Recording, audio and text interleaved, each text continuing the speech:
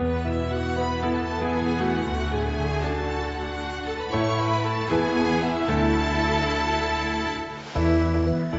is NHK World Japan. We bring you the news from Radio Japan at 11 hours UTC on Monday, June 18th. I'm Yoshio Gasawara. And I'm Hiroko Kitadai. In our top stories, Monday's major earthquake in western Japan has left at least 3 people dead and nearly 350 injured. The quake has also damaged nationally designated cultural assets in Kyoto and Nara prefectures, which neighbor Osaka. And Japan's Prime Minister has expressed the hope that mutual trust can be built with North Korea to help resolve the issue of the abductions of Japanese citizens by the North. And now the news in detail. Monday's major earthquake in western Japan has left at least 3 people dead and nearly 350 injured. The meteorological agency is warning it's possible another big earthquake could hit in the coming days. Agency officials say frequent seismic activity is continuing in the northern part of Osaka Prefecture. Strong tremors may have raised the risk of landslides or building collapse. People in such areas are advised to watch out for further seismic activity and rain. The earthquake struck before 8 a.m. in northern Osaka and measured 6.1 in magnitude. On Japan's seismic intensity scale of 0 to 7, it's categorized as a 6-. 9-year-old Rina Miyake was killed when a wall collapsed while she was on her way to school. 80-year-old Minoru Yasui was also hit by a falling wall in a different area. He was on his way to do volunteer work for a local school.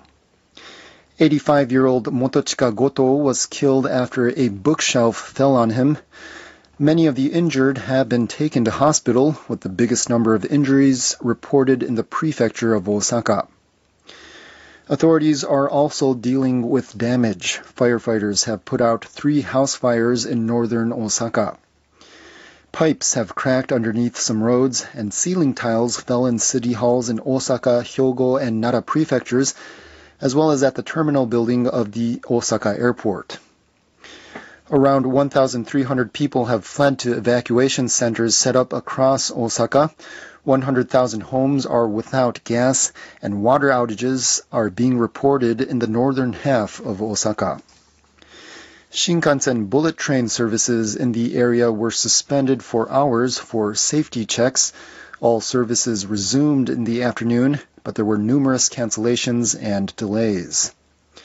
Local trains have also been affected, stranding thousands of passengers. Japan's nuclear regulator says no problems have been found with reactors in Fukui Prefecture. They're located to the north of the quake's epicenter. A city mayor has apologized for 9-year-old Rina Miyake's death in the earthquake. She was crushed when a 40-meter section of a concrete wall at a school swimming pool fell on top of her. Takatsuki Mayor Takeshi Hamada told reporters on Monday afternoon that the city will investigate the cause of the collapse. He added that the city bears responsibility of some kind for the incident. The city plans to check the walls at all of its elementary and junior high schools. Meanwhile, Japanese Prime Minister Shinzo Abe has instructed his ministers to provide full support for people affected by the earthquake. He called a meeting of relevant ministers. Chief Cabinet Secretary Yoshihide Suga and Disaster Management Minister Hachiro Okonogi were among the meeting's participants held on Monday evening. Abe said the powerful earthquake with its epicenter in northern Osaka has claimed the lives of a small child and 2 senior citizens. He expressed his condolences to those who died.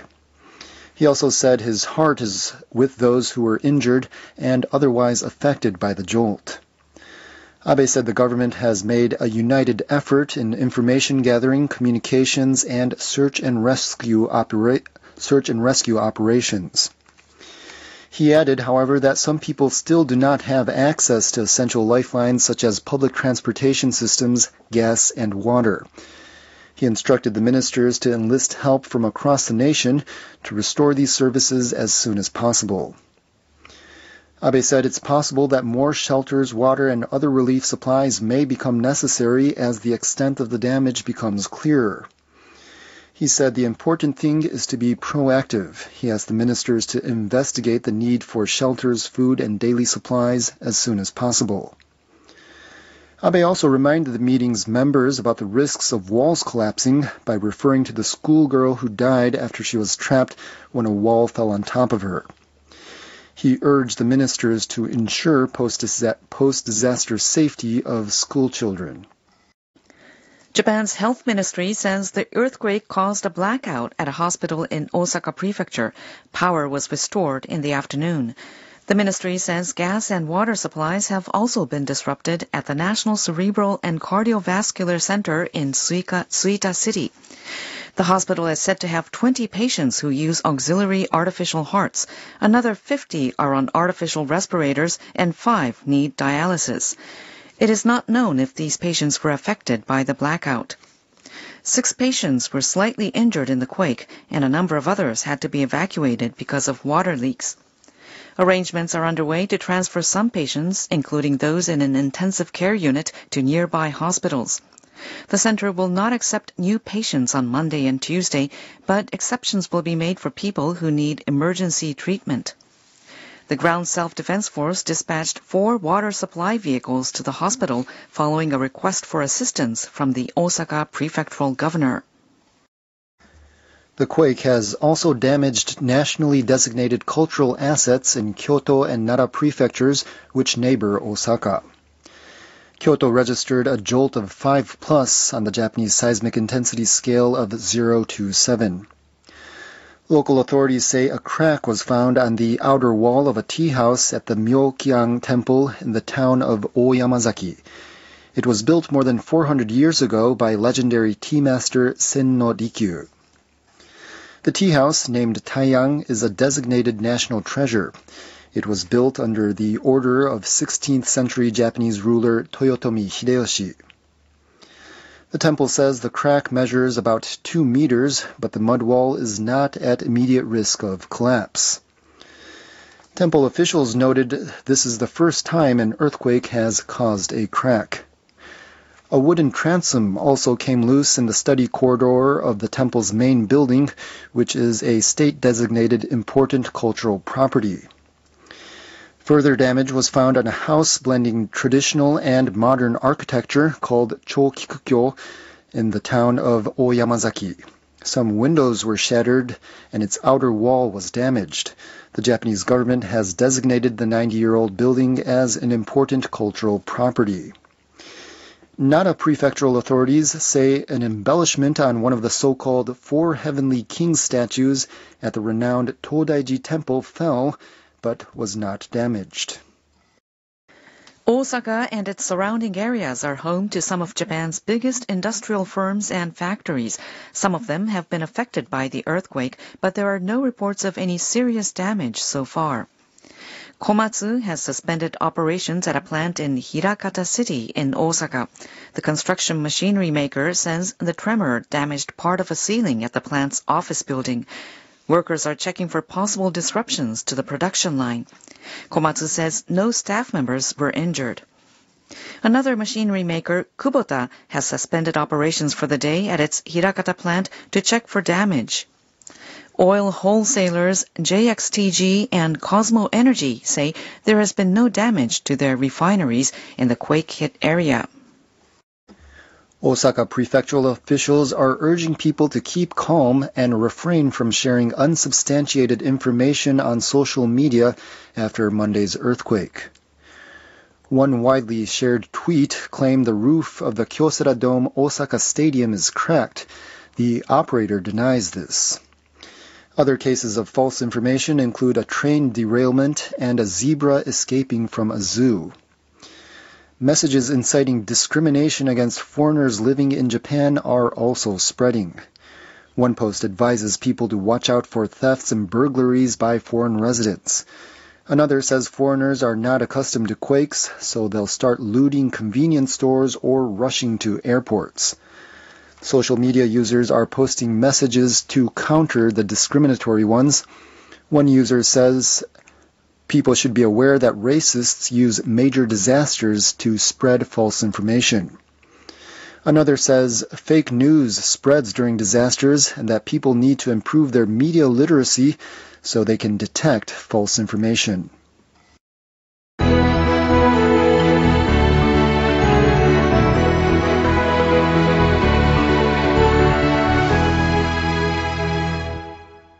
You're listening to Radio Japan of the NHK World Japan Network. Japan's Prime Minister Shinzo Abe has expressed the hope that mutual trust can be built with North Korea to help resolve the long-standing issue of the abductions of Japanese citizens by the North. At an upper house committee meeting on Monday, Abe said North Korea should disclose everything it knows about the abductions and allow all the victims to return home as soon as possible. He said North Korean leader Kim Jong-un's leadership was demonstrated in his recent summit meeting with U.S. President Donald Trump. Abe also said he wants to end the mutual distrust between Tokyo and Pyongyang and take a step forward.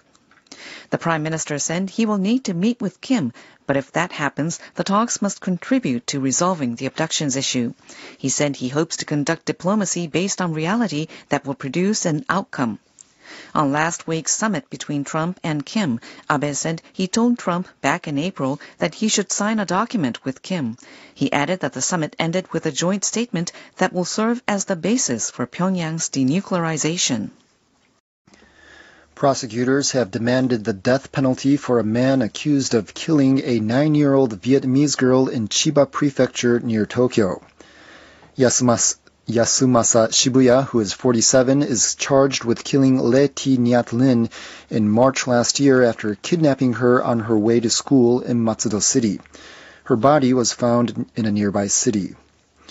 Shibuya was the head of the school's Parents Association at the time. Prosecutors told the Chiba District Court on Monday that there is plenty of evidence to substantiate the suspicion that Shibuya killed the girl. They said his DNA was found on the victim's body. The prosecutors also said it's clear that Shibuya strangled the girl to death after kidnapping and molesting her. They said it was an abnormal crime targeting the weak and was extremely malicious. They added that Shibuya is cold-hearted and cruel with no conscience. The defense counsel said the accused is not the culprit, and the prosecutors have failed to fully prove their case. Shibuya maintained his innocence again. He asked the judge and lay judges to make a fair decision and bowed to them. The court is due to hand down a ruling on July 6th. Nissan is halting its development of fuel cell cars. Company officials have concluded that demand for the vehicles is unlikely to take off anytime soon. Nissan announced plans in 2013 to develop and mass-produce fuel cell cars with Daimler of Germany and Ford of the United States. But the company says high vehicle price tags and delays in setting up hydrogen stations have limited the market potential. Rival car maker Toyota has put fuel cell vehicles on the market, but sales remain sluggish. That's in contrast to electric vehicles, which are gaining traction worldwide. Nissan officials say they'll maintain their tie-up with the two foreign automakers and continue studies on fuel cell vehicles. But they say they will focus on electric vehicles and hybrid cars, both of which are already being mass-produced. And that was the news from Radio Japan of the NHK World Japan Network. I'm Hiroko Kitadai. And I'm Yoshi Ogasawara. Please stay tuned. This is NHK World Japan.